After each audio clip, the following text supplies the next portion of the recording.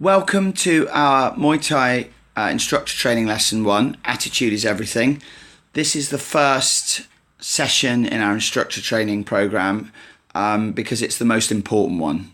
Attitude in how you deliver your classes or episodes or how you interact with the students is the really decisive factor in everything you do and how you put it across. So this is our first session. So before you start, I want you to ask yourself the question, what benefits have you gained in martial arts? Well, if I were to answer that question, I'd say it's changed my life. I've travelled the world, I've met amazing people, and I now do it as a job, and it's given me a huge sense of fulfilment beyond anything else I've ever done.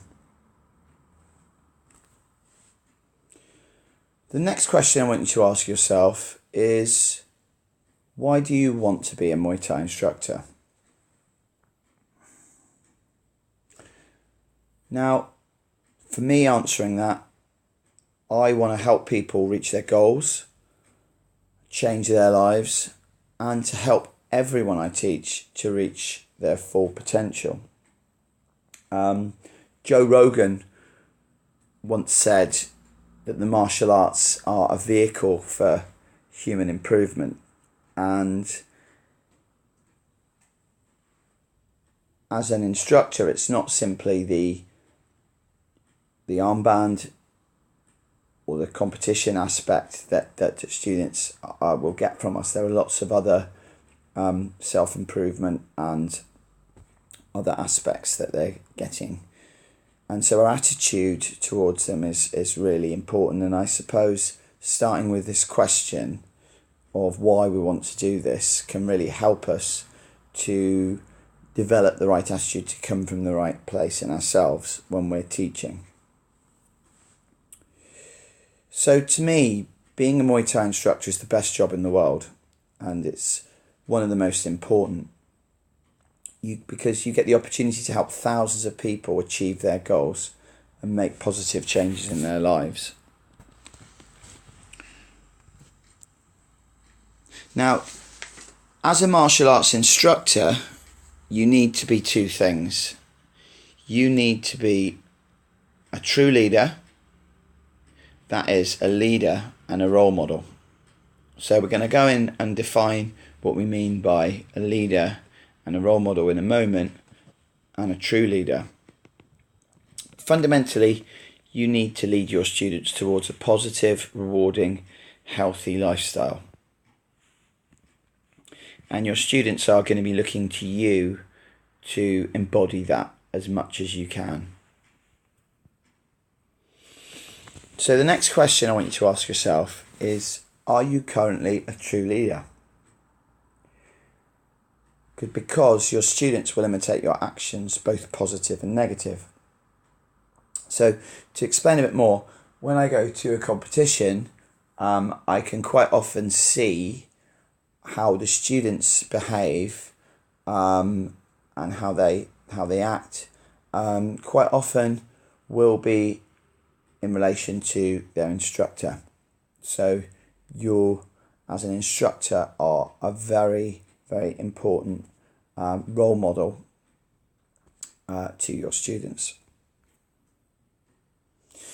Now, there may be aspects of your character that don't fit in with being a positive influence, like, for instance, smoking or confidence or poor diet, etc. Now, you may not be a true leader yet, but you can become one. So there might be aspects of your character that you might be working on. And one of the things that makes a really great instructor is that you're constantly trying to work on different aspects of your character, as well as obviously your knowledge and your techniques and so on. So I'm going to give you like one tool that can really help you. It's a simple trick that you can use to help you get there. It's called fake it till you make it. For instance, if you smoke, you might not want to show your students that you actually smoke.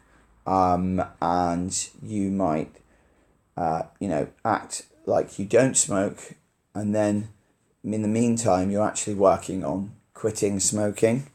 And there's lots of research that's shown if you actually act as though you don't smoke and work on those things, that it will help you actually embody those qualities that you need to quit smoking. So this can be the same with anything that you want to work on in your character as an instructor. So we've talked about a role model, and so for instance, an example of a role model is someone like Mr. Miyagi in The Karate Kid. He's a person to be looked up and imitated or emulated, and you could argue that he kind of embodies the martial arts way, and in the movie Daniel eventually kind of emulates Mr. Miyagi, and that is what we're defining as a role model. Now, a leader is someone who commands a group of people. Now, you could have a good leader or a bad leader. So, for instance, you could have, Churchill and Hitler, both leaders there, one good and one bad. So, as an instructor, you'll have a big influence on your students. This can be positive or negative. So, we've got to try to, as much as we can, work on our leadership skills, and at the same time work on being a good role model.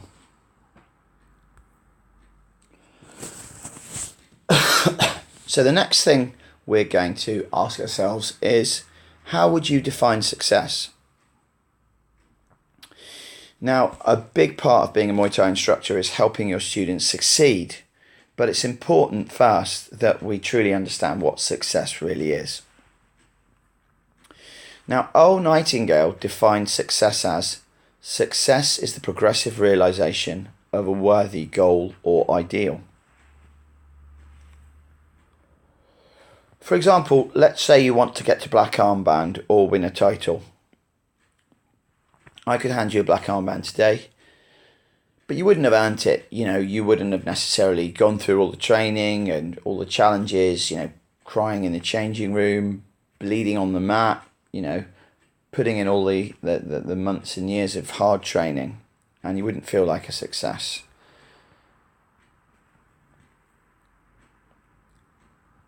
Now, as an instructor, you need to guide and support your students on their way to achieving their goals. So this is very much about finding out from your students through talking to them what it is that they want to achieve, and helping them make the next step towards their goals.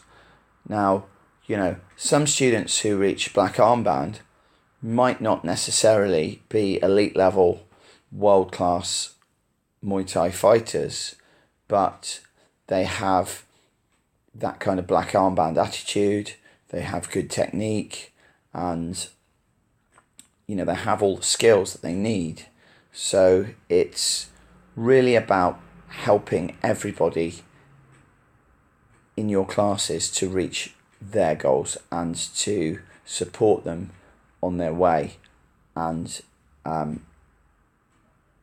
not just about the actual end product of the black armband, but the actual journey itself. And it will be the similar sort of aspect to training people for competition as well.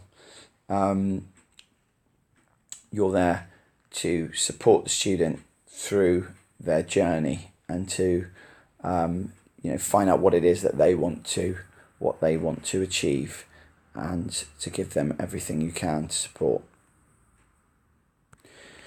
Now, the next question I want you to think about is, if you had no choice but start training at a new gym, what qualities would you look for in a new instructor?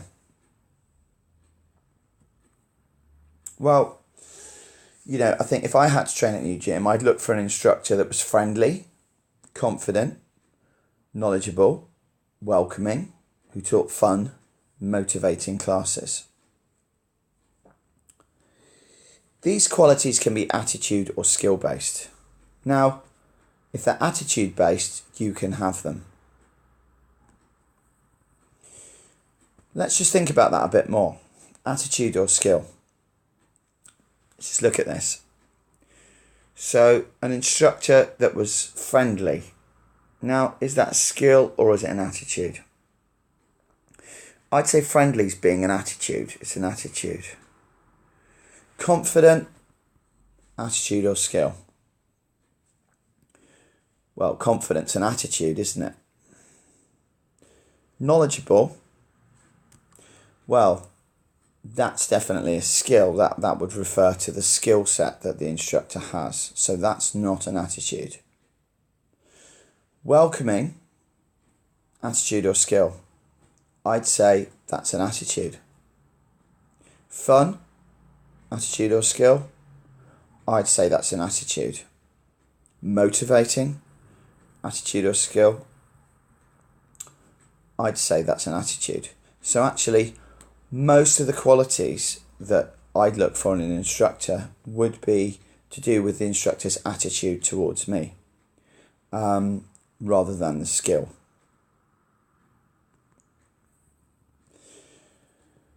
Now, how can we develop and embody and express these aspects of attitude? Well, let me ask you a question. Could you be confident, friendly, motivating, etc. if I had a gun to your head? The answer to this is probably yes. So these are qualities that we already have inside us that we just need to bring to the fore. Now, one of the things that's really important to bear in mind as an instructor is you're actually an actor on the stage and you need to have the correct attitude.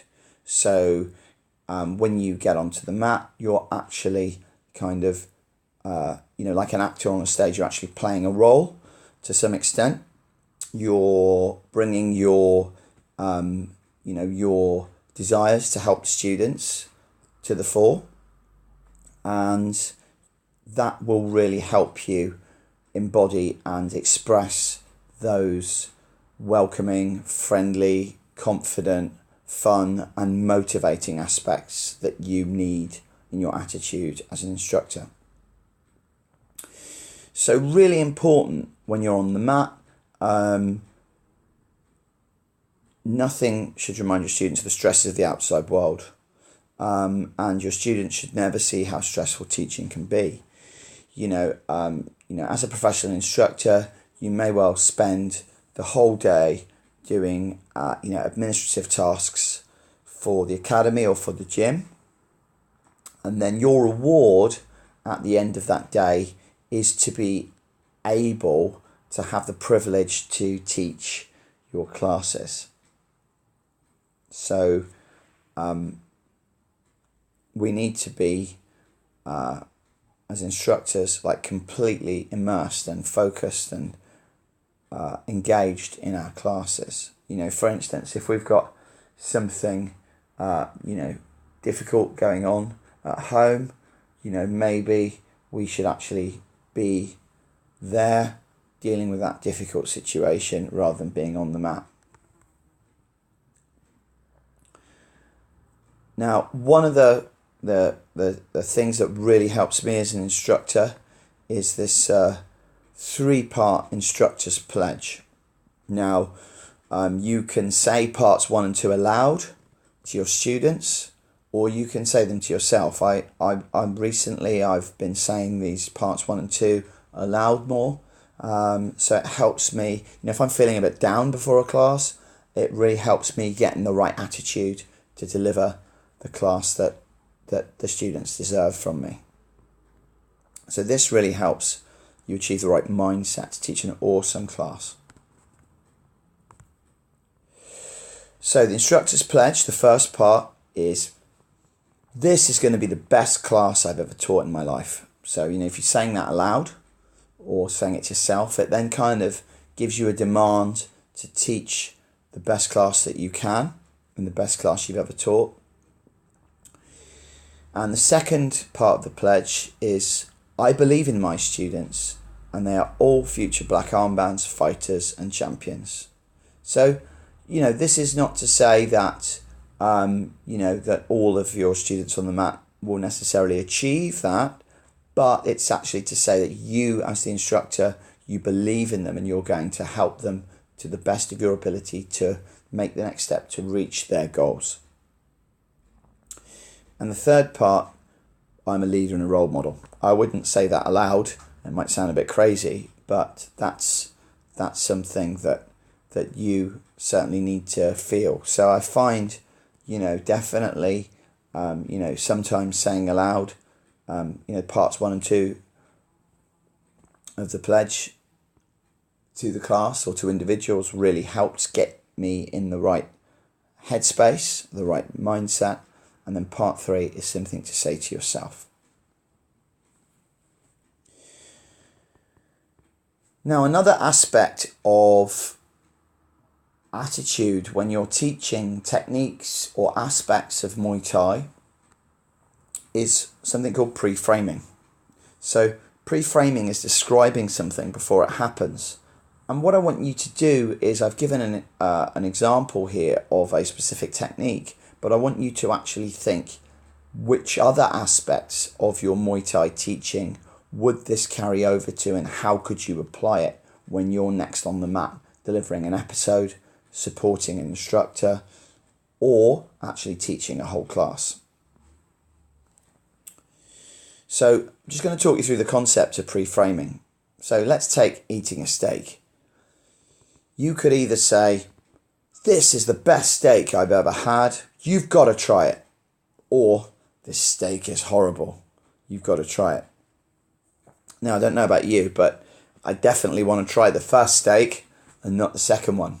Now, instructors often unknowingly, negatively pre-frame techniques, e.g. the hook. Instructors might often say, this is the most difficult technique to learn, it's really, really hard, and so on. And actually, the students are, not necessarily excited or motivated about learning that technique. So, every technique that we teach, every aspect of training that we do is really important. It has a history. In terms of techniques, it's been used countless times with devastating effect and has important purposes. These qualities can be used to pre-frame a technique. So here's an example. Here's how you could pre-frame a jab to get people excited to learn it. The jab is the most important punch in boxing, K1, MMA and Muay Thai. And I'm going to show you one specific detail that will make it virtually unstoppable. So now everybody's really excited to learn that technique because you've pre-framed it. Now,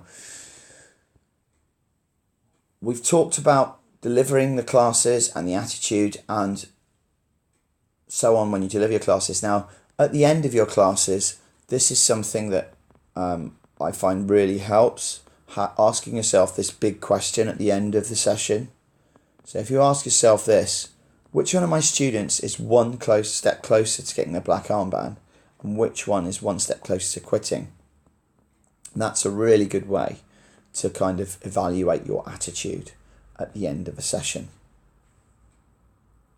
And then you can take that forward and you can work on that for the next session, and you can work with those students and use your qualities, your attitude to help support those students who have already made progress to take the next step, and the ones that are close to quitting to give them the support that they need.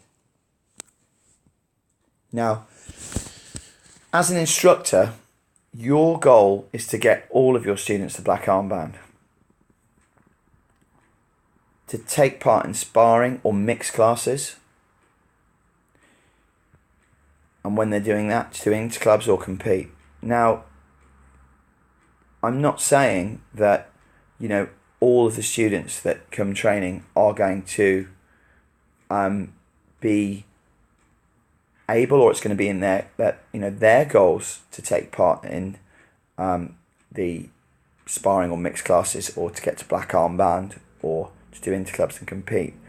But through your support and your inspiration, many of those students who come in with a certain set of goals may well raise their expectations of themselves and their aspirations. And I've seen this throughout my instructing. Many students have changed their aspirations, and they've achieved a lot more than they thought they could.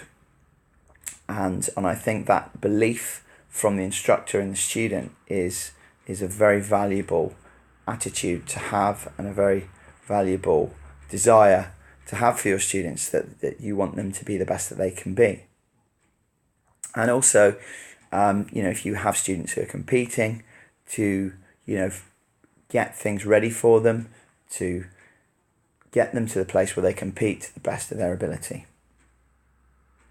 Now, in order for all of that to happen, you need to be teaching fun, educational and motivational classes.